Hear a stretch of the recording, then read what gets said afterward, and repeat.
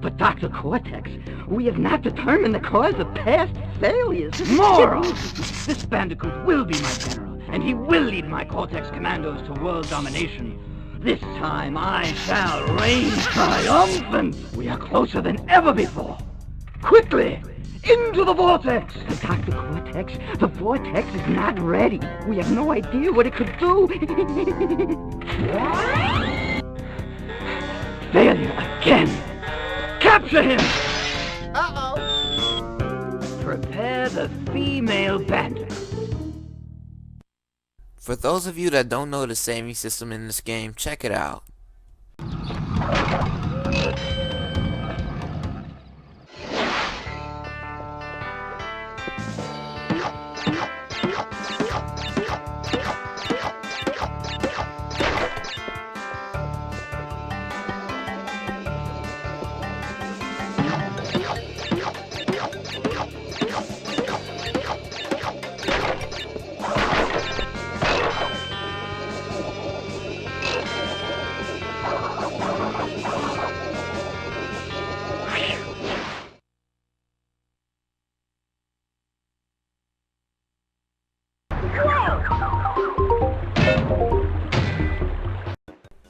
Man, that saving system is just awful. Even Crash doesn't like it. Well, at the time Naughty Dog were creating their first mascot for the PlayStation and probably considered making the game more challenging. The only way you can save the game is either by collecting the 3 thingamajiggers like I just did there, or going flawless and or destroying all the crates in a level. There is no manual way to save the game whatsoever. Anyways, I'm doing a gaming memories on a very, very old game, like in 1996, developed by Naughty Dog. It's their first PlayStation game, any console, not just the PlayStation 1. It's their first PlayStation game, period. And before this, they had Keep the Thief and 2 other games. Well, you can watch Gexo's videos to figure out about that. But anyways, this game came out in 1996, 1 year before I was born, and this game is rated kids to adults, which is an old, original way to say E for everyone, but they don't use kids to adults anymore. I mean, everyone just sounds more simpler, even though everyone specifically means 6 and older. I mean, it says it, like, in the description for everyone rated games, but this game was made for everyone to play. And the game is fairly difficult. It is not easy. It is nowhere near easy. The saving system is the only issue. There's a lot of obstacles and it's very hard considering how, not bad, but how less flawless the controls are compared to the sequels. You see, you cannot use the analog stick even if you turn the analog setting on like I did. It automatically changes back to digital. That's for PS3 users. I'm pretty sure this also applies to backwards compatibility on the PS2 and PlayStation 1 users as well. Crash Bandicoot is a very, very memorable game. I even heard a few kids in my school talk about how good this game was. Like, oh man, those were the days. A lot of people know about Crash. It's not an underrated game. This is my first time I'm not doing an underrated game. I just feel that just so this series can get a little bit more exposed, I'll do some games that aren't underrated. Maybe even go into doing some early PS3 games that are old enough to be memories. Like Tools of Destruction, maybe. But this is kind of one of the worst Crash games. I mean, I know it's nostalgic and all, but this is not Naughty Dog's best Crash game. The sequels live up to how awesome you could possibly have with this game. When you first play this game in the beginning, you'll like it, but it gets harder as you keep playing. It's one of those old platformer games that just really feel like they're really good at the beginning, but as you play it, it just gets really frustrating. I mean, I edited out every death I had on here besides what happened in the beginning, because I really don't want to show people a bunch of deaths, because it is very easy to die in this game. And I'm just going to show you some nearly flawless gameplay. And somewhere in this video I recorded me playing the level where you're getting chased by the boulder. I don't know why or how, but I managed to go through that level flawless without getting hurt. I mean, I've had a lot of experience of dying on that level. I have no idea how I did that.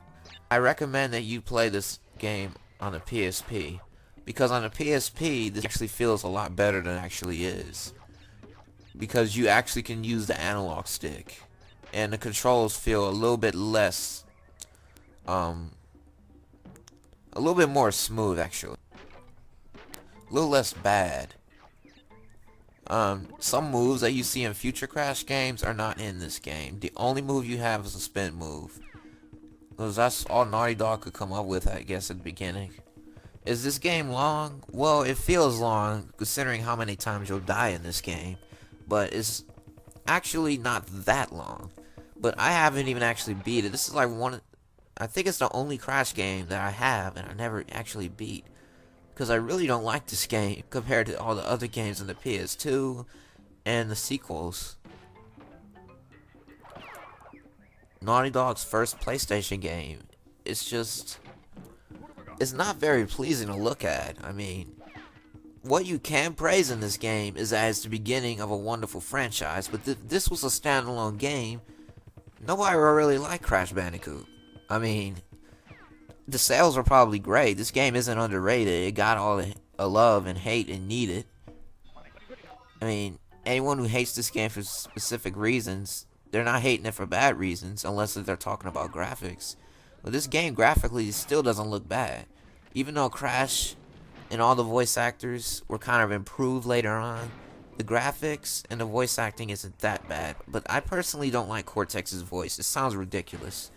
And I kind of got, when I recorded myself going against Papu Papu, you know, I was kind of wondering how exactly I'm supposed to kill the dude. It really took me a long time just to figure it out. But yeah, I edited out the little issues I've had, and I'm displaying this to you guys of me just bumping him on the head when he's not spinning, even though I got hit twice. Yeah, this isn't a scripted gaming memories.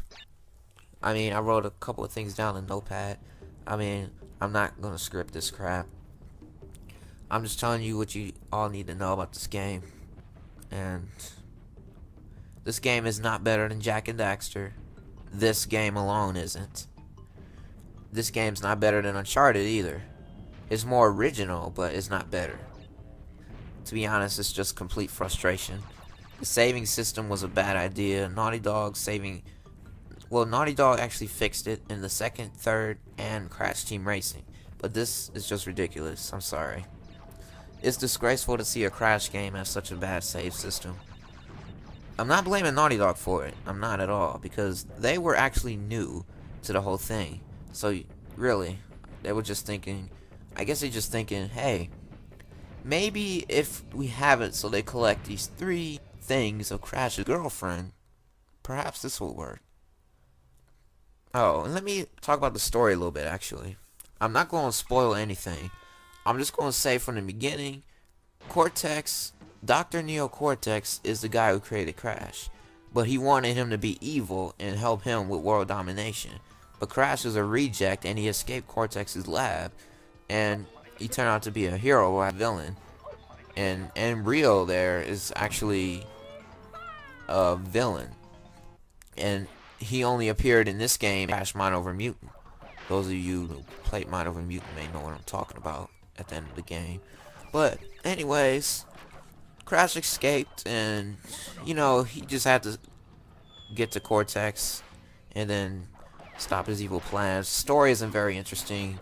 Crash's girlfriend, this is the only game that she actually appeared in, besides maybe a few Game Boy games. I don't really know. I never played those games. Crash's girlfriend got cut out and got replaced by Coco in the next game, because I guess the assumption was that Crash's girlfriend was too hot, I guess, for little kids to really experience. But Crash's girlfriend isn't really that hot. I mean, she's a cartoon character, but she didn't speak either. So, I mean, or at least I don't remember her speaking. I never beat this game, so I don't really know. Dr. Neo Cortex in this game is just, I don't know what to call it. I never heard that voice before, but His voice gets improved later on, and I can't wait to do gaming memories on the other games. I'll have a better explanation than this. I have very little experience because the only Crash game on the PlayStation 1 I played as a little kid was Crash Bandicoot Warped, the third game. I wanted to play these other games, but I ended up later getting them on PlayStation Classics, the PS1 Classics on the Play Store back in 2010. Back on May 15th, and I got Crash 2. I rebought Warped so I could play it on my PSP, and at the time you cannot play it on the Vita, but they eventually put Crash Team Racing in the store. Sadly, Crash Bash, the game that wasn't by Naughty Dog, by I don't know who did it, but it was the last PlayStation 1 Crash game, and it came out in 2000. For those of you that may not be aware, this game does not come with those demos of other Crash games. Crash 3, Team Racing. Those games come with demos to some Spyro games. Warped comes with a demo for the first Spyro game. Crash Team Racing comes with a demo for Crash 2. Wait, I said that wrong. Crash Team Racing comes with a demo for Spyro 2. And Spyro 3, there's a demo from Crash Bash, I think. But I do know I got a Crash Bash demo from Spyro 3. Crash Bash actually seems pretty fun. But this is the first game, and it's not really that good. To be honest, it's not really that good. It could have been a lot better. But Naughty Dog were kind of, under Universal's wrath, making a PlayStation exclusive game. What do you expect? It can't get any better than this. I wish it could. But this Crash game is just how it is.